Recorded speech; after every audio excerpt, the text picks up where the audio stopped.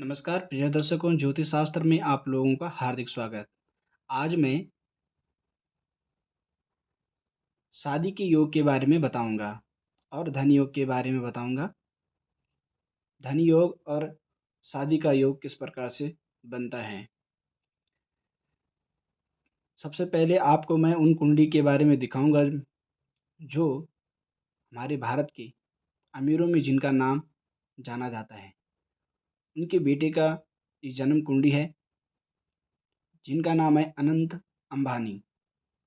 फिलहाल हाल ही में अनंत अंबानी की शादी हुई थी और उनकी कुंडली पे हमने विश्लेषण किया है। हम अधिकतम उन्हीं कुंडलियों को देखते हैं और उन्हीं कुंडलियों की जानकारी लेते हैं जो वर्तमान में विख्यात हैं, जो जिसके साथ जैसी घटना घटती हैं, जो जिसका जैसे मांगलिक कार्यक्रम होता है, ऐसी कुंडलियों को हम अधिकतम देखते हैं। या राज्य से हो, या शादी विवाह हो, या कोई घटनाक्रम हो, तो ऐसी कुंडलियों में हमारा विश्लेषण अधिक रहता है। तो हम उन्हीं कुंडलियों को आप लोगों को अधिकतम दिखाते हैं। पारासार अनुसार सहित मैं आपको इस कुंडली में बताना चाहूँगा कि किस प्रकार से इस कुंडली में धन योग है, किस प्रकार से इसमें वर्तमान में इनकी शादी हुई है और कब इनकी सगाई हुई, किस दशा में और किस गोचर की स्थिति में। सबसे पहले आप देखेंगे कि आप लगन को देखेंगे। लगन में जो राशि है वो धनु राशि है। धनु राशि के स्वामी बृहस्पति वो 12वें भाव में है और सप्तम भाव के मालिक बुध चतुर्थ भाव में है। सबसे पहले हम फर्स्ट में सगाई के बारे में जानेंगे। सगाई इनकी 2022 में हुई थी। 2022 में के लमसम इनकी जब सगाई हुई थी उस समय केतु की महादशा चल रही थी और बृहस्पति का अंतर चल रहा था। बृहस्पति का जब अंतर चल रहा था तो केतु में बृहस्पति के अंतर आने पर इनकी सगाई हो गई थी। अब आई शादी का नंबर। तो शादी का जो समय है वो देखना है कि महादशा और अंतरदशा और पंचमेश और सप्तमेश और नवमेश और लग्नेश, इन तीनों चीज़ों को देखकर हमें शादी के बारे में जानना होगा। पंचमी हुए, सप्तमी हुए, नवमी हुए, लगनी हुआ। अब देखना है कि महादशा किसकी चल रही। महादशा चल रही है केतु की, अंतर चल रहा है बुध का। तो केतु में बुध का अंतर चल रहा है, तो केतु में बुध का अंतर चल रहा है। बृहस्पति केतु को देखता है, सॉरी, बृहस्पति बुध को देखता है। यहाँ से बृहस्पति बुध को देखता है पंचम दृष्टि से। 1 2 3 4 और 5, यहाँ से बृहस्पति बुध को देखता है।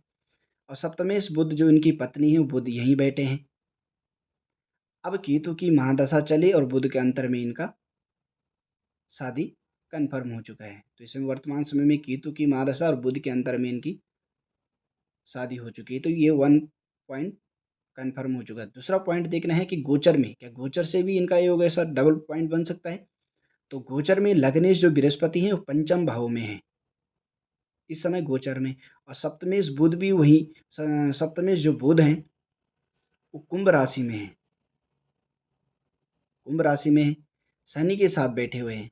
शनि के साथ बैठे हैं, परंतु इसमें सबसे पहले डबल पॉइंट ये बनता है कि मंगल इस समय मकर राशि में है और मकर राशि से मंगल अपनी मकर राशि से पंचम भाव को देखते हैं।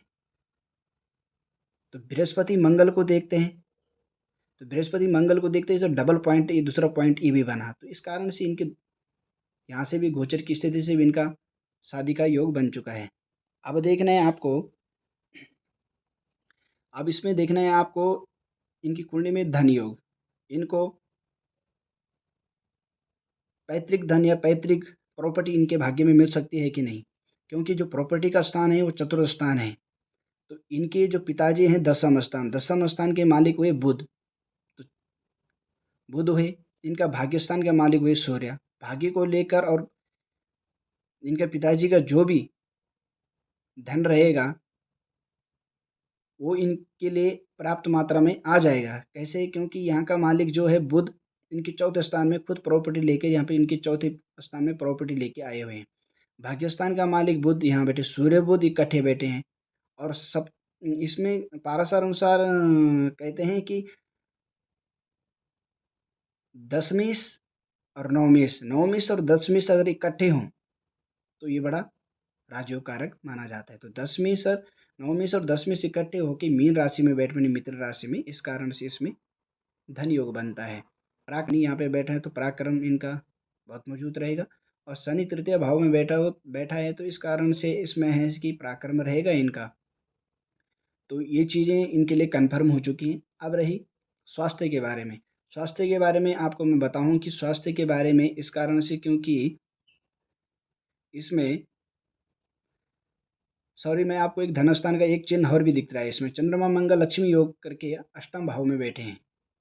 इसमें भी एक लक्ष्मी योग बनता है, तो इस कारण से इसमें भी एक लक्ष्मी योग का बताता हूँ मैं आपको। इनकी जीवन में स्वास्थ्य की गड़बड़ी अधिकतम रहेगी। वो कैसे? लग्नेश बिगड़ा हुआ है। लग्नेश बृहस्पति 12वें भाव में गया।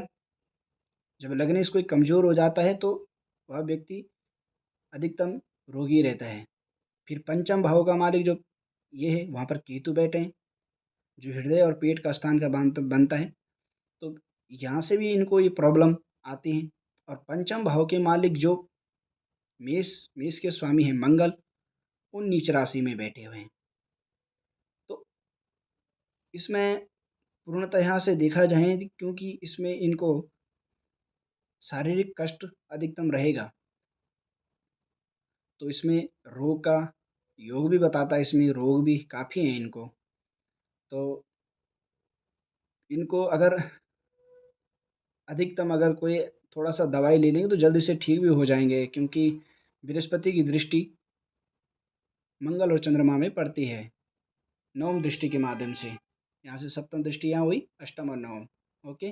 तो आप भी अपनी कुंडली के बारे में अधिक से अधिक जानने की कोशिश करते हैं, तो आप अपनी कुंडली को इसी प्रकार से जानेंगे। अगर अपनी कुंडली के बारे में विश्लेषण कराना चाहते हैं, तो आप दिए गए नंबर पर मुझसे संपर्क कर सकते हैं। हरि ओम, जय श्री राधे।